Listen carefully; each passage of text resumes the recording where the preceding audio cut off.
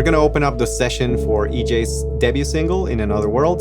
Maybe in another world where all that I've done. There were two other producers, Bria Isabel and Vitals, who also worked on it. I was kind of in charge of putting it all together. The main thing in this song from the beginning, the vocals. It's a vocal show-off type of song, which is why we made the decision to let only a lead vocal. So this is a ballad that has no backgrounds. The lead vocal, without any effects, already sounded pretty good. EJ, I mean, is such a great vocalist. No, there's a place when we're offbeat, we're finally in sync. Where I feel okay and I feel no pain, and all my resentment got nothing to say before everything changed. The first thing I normally do is add some sort of declicker to get rid of a little bit of the artifacts. On this one, I mean, I always add a bit of compressor. I love this Unisym by Tone Projects. It's just a really subtle compressor that works really well for everything. I used a little bit of CLA vocals for presence and Soothe to kind of smooth out some of the high end and sibilants. And the reverb on this one is pretty minimal. It just has less than a second of decay, but it helps just give more presence to it. No, there's a place when we're offbeat, we're finally in sync. Where I feel okay and I feel no pain, and all my resentment got nothing to say. And that kind of becomes the main thing. On top of that, we add a few different reverbs. Some of them are more just S's, like almost sibilants, to add a little bit of percussion to the sound. So if you listen to just the lead with those, No, there's a place when we're offbeat, we're finally in sync. Where I feel okay. it kind of just helps give it a little bit more movement. And then these other ones are more reverby. No, there's a place when we're offbeat, we're finally in sync.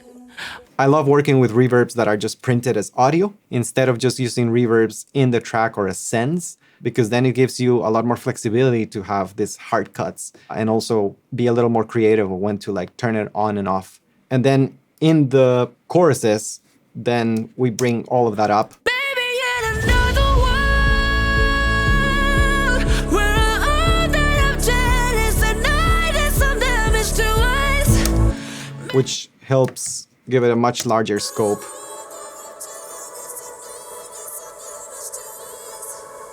And there's also a little bit of a pump in there too that we do with the tremolo to give it a little bit of rhythm. It's almost like a sidechain, but I like to use tremolo because then you can also pan it a little bit and it gives like a different type of movement than if you just do the typical compression sidechain.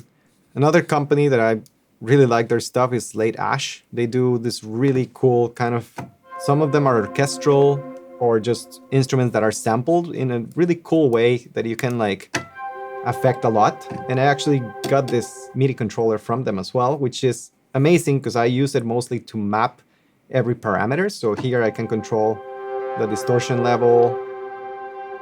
Sometimes I don't even know what some of these letters really stand for, but I like that it gives it a lot of life. And that's why I have so many faders here too. The mouse can only affect one parameter at a time. Having this like touch option to be able to move different parameters at the same time is so important. And I can never achieve that by automating a single parameter with the mouse. This sound almost sounds like a vocal. By itself, you can tell it's like strings, but inside the track, Before everything changed. Maybe it almost sounds like a, voice. And there's a lot of moving pieces in there because I always automate everything, reverbs and EQs all over the track to give movement without really adding more elements, especially on a ballad where you have to be very intentional with what elements you're putting so that it doesn't become massive and kind of loses the intimacy. Swear there's a world you dealt with your shit, I dealt with my shit. So this was No, there's a place an R-rated version that didn't make it in the end. So in the end, we had to use the Things Swear version. there's a world you dealt with your things, I dealt with my things. EJ was traveling and we couldn't really get her into the studio to do something that really matched. So in the end, the reality is you have to just work around those limitations. And I ended up taking everything here and just replacing that one word, and hopefully you can't really hear it. Swear there's a world you dealt with your things, I dealt with my things.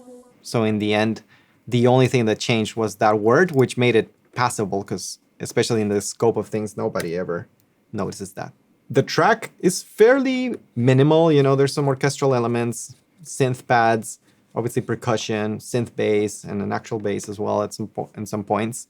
There's a few little like ear candy things, and one of them actually has movement on it, which is a plugin that I love, and it's been around for quite a while, but it's still one of my favorite output plugins. It just helps give life to things very easily. Like without movement, the sound is nothing. It's just one single note. But once you add some effects and in movement, I just moved some of these things around using the drifting figures.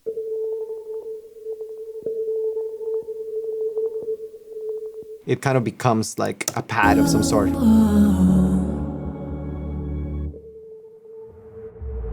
Swear there's a world you dealt with your things, I dealt with my things.